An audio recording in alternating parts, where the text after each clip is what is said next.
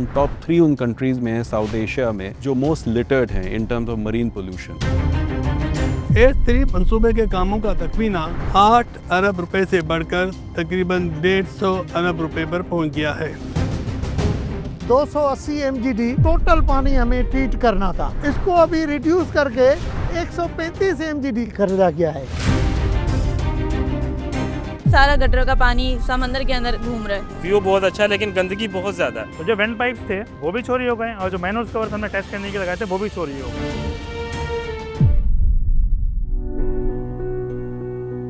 कराची का ये क्लिफ्टन बीच शहरियों के लिए तफरीह का सबसे बड़ा मरकज है। यहाँ मुल्क भर के लोग अपने प्यारों के साथ एंटरटेन होने आते हैं, लेकिन उनको शायद ये मालूम ही नहीं कि वो यहाँ से कई किस्म की बीमारियाँ अपने साथ ले जाते हैं, क्योंकि ये पूरा साहिल खतरनाक हद तक आलूदा हो चुका है। इंजॉय करने आए लेकिन यहाँ के ये देख के गंदगी देख के बंदा क्या करे, यहाँ से जाए तो बीमारी लेके जाना पड़ती है यहाँ से हमें। अब हम कहाँ जाएँ? यही एक मुफ्त का वो है पॉइंट है, तो यहाँ पे आए थे। यही पॉइंट है, अब हम यहीं आएंगे व्यू करने के लिए। बहुत गंदगी है, पूरी फैली हुई है गंदगी है, पूरा गटर वटर सब यहाँ पे ही आ रहा है। सारा गटर का पानी समंदर के अंदर घूम रहा है। गंदगी यहाँ पर बहुत ज़्यादा है। हालांकि स्पेशली बहुत खूबसूरत नज़ारा है इसका, व्यू बहुत अच्छा है लेकिन गंदगी बहुत ज़्यादा है। ये हमारा बच्चा है, आप उसका हाथ देखने वाले, दस्त देखने, पाँव देखने वाले। अब बच्चे जब घर जाएंगे तो आप 3 दिन से ट्रीटमेंट करवाएंगे। और मुल्तान से मुझे दौड़ने के फैसला की फ़ायदा तो मुझे कोई ना हुआ ना वाला। माहिरीन के मुताबिक कराची शहर के रोजाना 500 mgd सेवरेज का आखिरी ठिकाना समंदर है, इसलिए कराची के साहिल का शुमार दुनिया के गंदे तरीन साहिलों में होने लगा है। कराची की जो समंदरी आलूदगी है उसका हाल ये है कि आप ये समझें कि UN हैबिटाट की एक रिपोर्ट के हिसाब से हम टॉप 3 उन कंट्रीज़ में हैं साउथ एशिया में जो मोस्ट लिटर्ड हैं in terms of marine pollution. क्योंकि अभी भी आप देखें तो ज़्यादातर इंडस्ट्रियल वेस्ट, केमिकल्स, लेदर टैनरीज़ का या जो भी इंडस्ट्रीज़ चाहे पोर्ट कासिम साइड पे हों, कोरंगी हो, साइट एरिया हो, इन सब का पानी लियारी मलीर नदियों में इनका केमिकल पूरा डिस्चार्ज हो रहा है वहाँ पे। का जितना भी ये बायोडाइवर्सिटी इकोसिस्टम है इर्द गिर्द कराची की, ये पूरा इफ़ेक्ट हुआ है, बरसों से इफ़ेक्ट हो रहा है। और उसी समंदर का सारा इकोसिस्टम जो इफ़ेक्ट हुआ है, अब उसी पे हम इंतज़ार भी कर रहे हैं। लोग वहीं के फ़िश वहीं से कैच कर रहे हैं, तो ये सारी चीज़ें जो है ना आपको ओवरऑल पॉपुलेशन की हेल्थ को इफ़ेक्ट कर रही है। इस समंदरी आलूदगी का सुप्रीम कोर्ट ऑफ पाकिस्तान की जानिब से नोटिस लेने के बाद हुकूमत सिंध ने कराची शहर के सेवरेज को ट्रीट करके समंदर में फेंकने के लिए Karachi greater sewerage treatment project के नाम से एक मंसूबा शुरू किया। 17 साल पहले शुरू करदा इस मंसूबे को 3 साल के अंदर मुकम्मल होना था, लेकिन मंसूबा आज तक मुकम्मल नहीं हो सका। मंसूबे की लागत कई गुना बढ़ चुकी है, लेकिन मंसूबे का स्कोप कम कर दिया गया है। इस मंसूबे के साथ क्या हुआ है और ये मंसूबा इस वक्त किस हालत में है, आइए जानते हैं।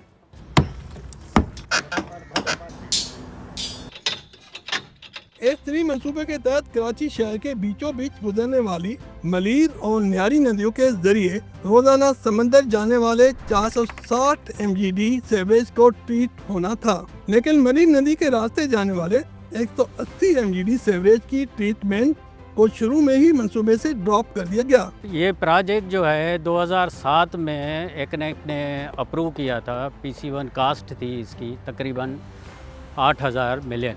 बिल्कुल 3 साल उसकी टाइमलाइन थी जो ओरिजिनल PC1 में इसको कंप्लीट करना था। इसका कोई डिज़ाइन फेज़ और कुछ इश्यूज़ थे, जिसमें बाद में डिज़ाइन होके फिज़िकली जो वर्क है वो 13 और 14 में स्टार्ट हुए हैं। तो ये जब शुरू हुआ 2014 में, तो उसके कोई 6 साल 5 साल तक तो इसकी अप्रूवल एक्निक से नहीं थी।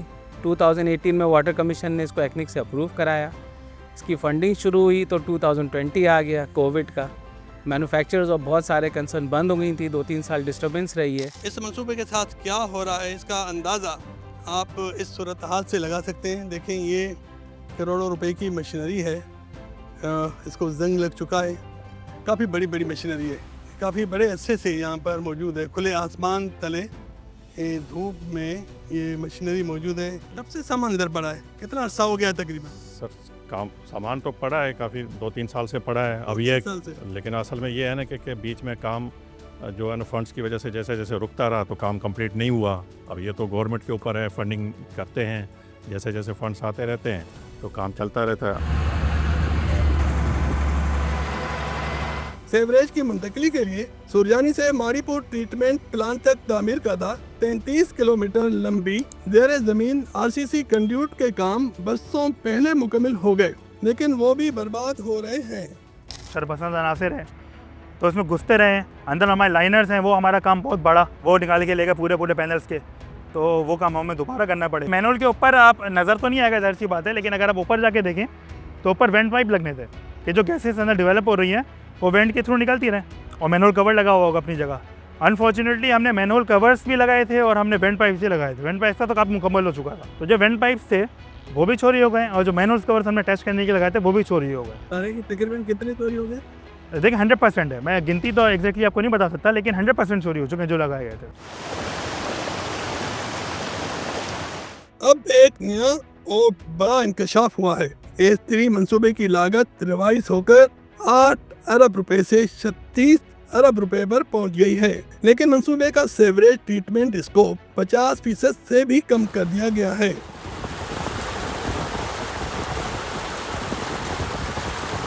ये 280 MGD टोटल पानी हमें ट्रीट करना था, इसको अभी रिड्यूस करके 135 MGD कर दिया गया है।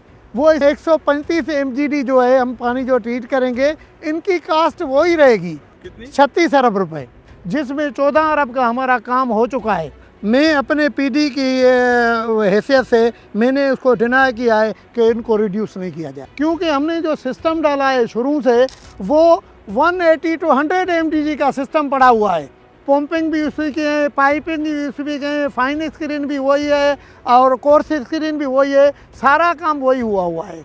मगर सिर्फ पानी ट्रीट करने की वजह से इसको नहीं करना चाहिए, रिड्यूस नहीं करना चाहिए। इनको बाकी पानी कहाँ जाएगा? तो बाकी जो पानी है 135 140 वो तो गंदा ही समंदर में जाएगा ना, जब मिल जाएगा तो वो सारा गंदा हो जाएगा। मंसूबे का स्कोप कम होने पर कई काम अधूरे छोड़ दिए गए हैं। ये जो आप बड़े बड़े खड्डे देख रहे हैं, ये मंसूबे के तहत सेवरेज ट्रीटमेंट कैपेसिटी बढ़ाने के लिए 30 नए बड़े टैंक तामीर किए जा रहे थे, लेकिन मंसूबे का स्कोप कम करने के बाद ये काम बंद कर दिया गया है। नतीजतन इस पर खर्च होने वाले करोड़ों रुपए बर्बाद हो चुके हैं।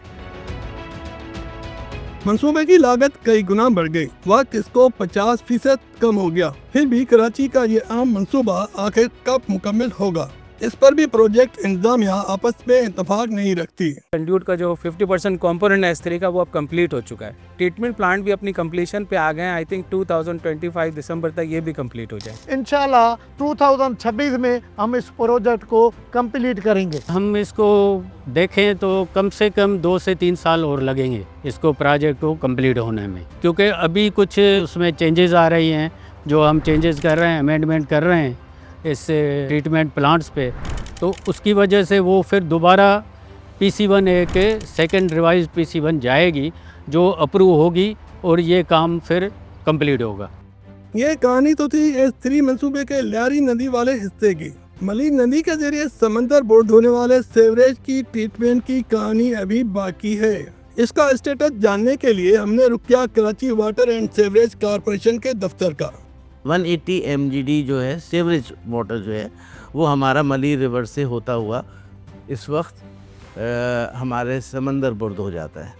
तो अब हमने गवर्नमेंट ऑफ सिंध ने और मुख्तलिफ मालियाती जो बैंक्स हैं उन्होंने मिल के ये एक बात उसको वो किया कि ट्रीटमेंट फैसिलिटी को डेवलप करके और उसको समंदर बुर्द करने से बेहतर ये है कि हम इसको वाटर रीयूज़ पे चले जाएं। तो इसी को मद्देनज़र रखते हुए ये वाला मंसूबा जो है हमने एक waste water treatment and recycling project under PPP mode, ये PPP मोड है public private partnership, planning stage आप समझ लें इसको, ये प्लानिंग स्टेज के ऊपर मौजूद है इस वक्त मंसूबा। तो उम्मीद है कि हम अगले साल तक ये मंसूबा शुरू कर सकेंगे। लेकिन इस तरह के जो प्रोजेक्ट है वो तकरीबन 350 से 400 मिलियन डॉलर तक के होते हैं। इसमें तकरीबन 100 अरब रुपए के करीब का ये होता है।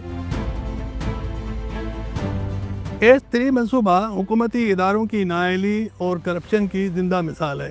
मनसूबे के कामों का तखमीना 8 अरब रुपए से बढ़कर तकरीबन 150 अरब रुपए पर पहुंच गया है, लेकिन सीवरेज ट्रीटमेंट स्कोप फिर भी 145 MGD कम कर दिया गया है, जिसकी ट्रीटमेंट के लिए इतलात है कि 100 अरब रुपए लागत वाले एक और मंसूबे की भी तैयारी हो रही है।